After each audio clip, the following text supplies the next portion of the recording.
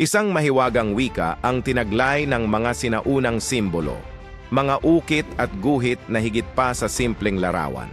Sa bawat bato, pader o tela, may lihim na mensaheng ipinapasa mula henerasyon hanggang henerasyon. Halimbawa, ang Ankh ng Ehipto ay hindi lang palamuti. Ito'y sumisimbolo ng buhay, muling pagkabuhay at walang hanggan. Sa mga Griego, ang laurel wreath ay tanda ng tagumpay, karangalan at pagkilala sa mga dakilang gawa. Sa mga sinaunang Pilipino, ang sarimanok ay nagpapahiwatig ng kasaganaan, swerte at proteksyon mula sa masamang espiritu. Hindi lamang ito mga disenyo, ito'y gabay ng lipunan, nagpapalalim ng pagkakaisa at pagkakakilanlan ng bawat komunidad.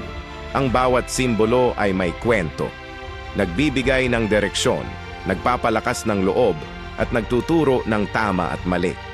Sa pamamagitan ng mga icon na ito, nabubuo ang mga ritual, paniniwala at batas na naguugnay sa tao sa mas malawak na mundo.